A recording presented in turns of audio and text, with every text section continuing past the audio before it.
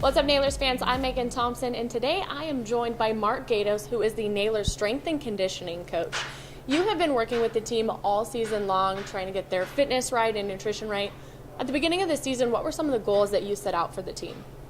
At the beginning of the season, I think it's just setting a good foundation for nutrition and recovery, and just teaching them that this is just another step in the process of becoming a professional hockey player.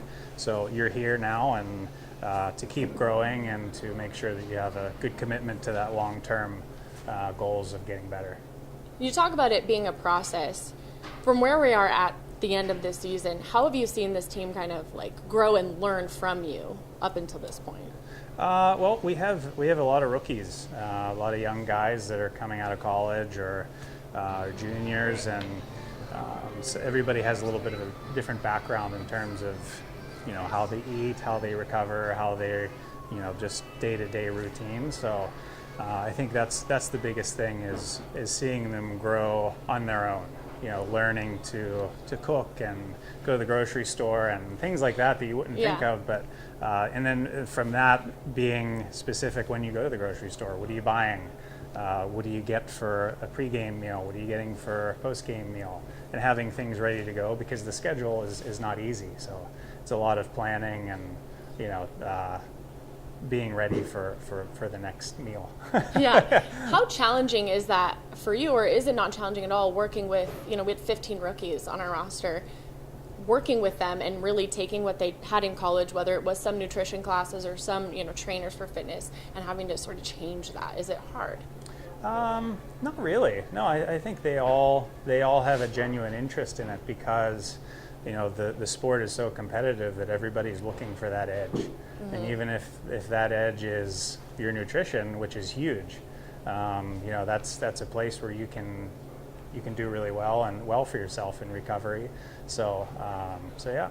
You talked about the nutrition and eating properly, and Mike Fazio did a cooking demonstration, and he mentioned he comes to you with questions and things like that. What's maybe the biggest thing that you point out when you're talking about nutrition and the right things for these guys to be putting into their bodies?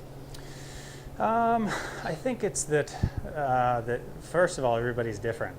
So what works for one guy may not work for another, and one guy's goal may be totally different than another guy's goal. Maybe one guy wants to put on a little bit of muscle or get a little bigger. Maybe another guy wants to lose a little weight, get leaner. Mm-hmm. So I think that's the major thing that I stress, is that eat for your body and for your goals. So what one guy is buying at the grocery store may not be right for the next one. So yeah, but Foz is one of those guys that likes to learn and is a good cook. So. Yeah, do you put a list together for them of things that maybe they should look at buying, maybe aisle numbers, something like that? Yeah, I don't know about aisle numbers, but yeah, definitely put together some list of good things to buy for your goal. Mm-hmm. If you're trying to, keep your blood sugar a little bit more consistent, maybe stay away from the refined grains, eat more whole foods. So that's the biggest thing that I stress is just whole food, and having a good diet that's going to really accentuate the recovery part. You talked about nutrition and how you sort of tailor it to the players. The season is so long, as you mentioned. How do you tailor your workouts for the guys, for maybe Monday or Tuesday coming off of a 3-3, or maybe a Thursday they haven't worked out in a while? How do you sort of balance the way that you push them and work them out? So that's a delicate balance, because you don't want to push too hard. You want to know when to push and when to pull off a little bit. So after a 3-3 and they have a day off, like today, we did a little bit more of a postural reset per se. It's not a lot of heavy lifting, but it's things that's going to make them feel better, mobility work, things that for the guys that are skating, when they get on the ice, they feel good and their muscles are activated and they can feel good when they get on the ice. And that's the main goal, is to move towards more performance-based stuff. It's not that I'm trying to hammer them with heavy weights all the time. It's really setting up for what you're going to do tomorrow, and then the next day doing something to kind of recover from a game or whatever you had the day before. I've also seen them do workouts after a game, and one time I thought, oh, what'd they do wrong? I thought they were getting punished, but it's actually something that's really beneficial for them. Yeah, for sure. Sometimes a workout after a game can help you sleep better, because the game creates a lot of anxiety and mental stress. Right. Where if you think about a practice versus a game, in a practice you're skating for almost an hour. Where in a game, maybe you're skating for 20 minutes. But in that game, you've got 3 hours during the game. You have time before the game that you're you have anxiety or mental stress, or you're just getting prepped for the game, trying to get ready to go. So a lot of that that takes a toll on you, and sometimes it's hard to sleep after games. But again, everybody's different. So depending on the day, if after that game we have some time off, it's a good time to maybe hit the legs a little bit harder because you have more time to recover. So yeah, everything there's always a reason for everything. Do you push heavy weights after a game, or what's maybe the thing that you push, or does it vary after a game? It varies. I would say that it would depend on what was the last 3 days like. If it's an isolated game and then there's a couple days ahead of that where they're going to have some time off, maybe you do go a little bit harder. But there's always, it just always depends. I always look at the last 3 days and then the upcoming 3 days. Okay. Something in that range to make sure that you're not, being a detriment to their performance in the coming days, because that's what we always want to do, is get them ready to go for the ice. Yeah, and how do you work with Jared, who does the training and helps with rehab and stuff? How do you guys sort of team together so that when they're ready to get back into things, that you take over and you implement your fitness routines? Jared and I work together a lot, actually.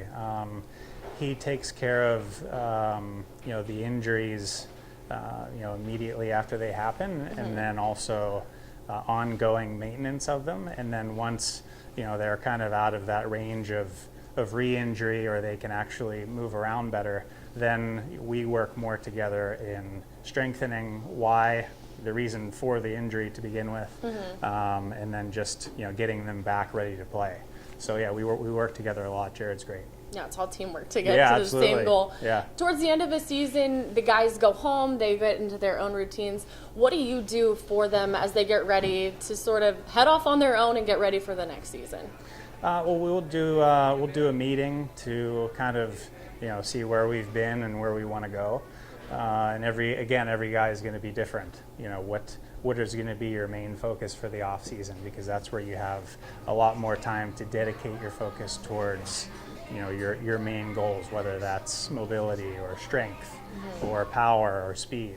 So that's kind of where we go with that, is what are going to be your main focus for the off season, so then you can come back next year better than you were this year. Do guys ever reach out to you and say, hey, what would you suggest on this? Or do they ask you for help in the off season, shoot you some quick texts? I want to do a leg day, give me a workout. Yeah, sometimes I'm always open to it, and I always stress that if they ever have questions, that I can talk to them and give them some guidance. But most of them have their own good trainers from wherever they go home to. So, but if they do have questions, I'm always there to help.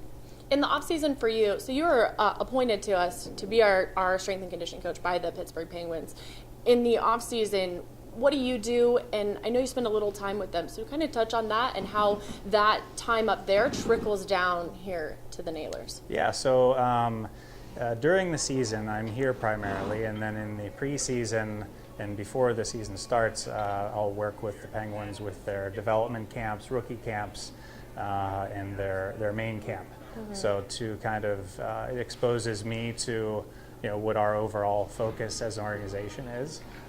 So then I can bring that knowledge here from the guys that are in Pittsburgh and in Wilkes-Barre, and kind of make sure that we have an ongoing theme throughout the organization for all the players. So then that helps any guy that goes up from here, that goes to Wilkes-Barre or to Pittsburgh, that it's not a shock. Right. And we're doing similar things. We have similar focus, so that it's like it's not so shocking whenever they leave, and it's not totally different. Right, so the consistency is the same, Yeah. and that goes with the coaching as well. So some of the stuff that they do on Sure. the ice trickles up, and so it does this fitness, right? Yeah, for sure. All right. Well, thank you so much for Mark for being with me Yeah. and giving us some enlightenment. I don't think everybody knows all of the hard work because you're behind the scenes, but really it is a long journey throughout the season to get these guys right into winning games. There's so much behind it. It is for sure, yeah.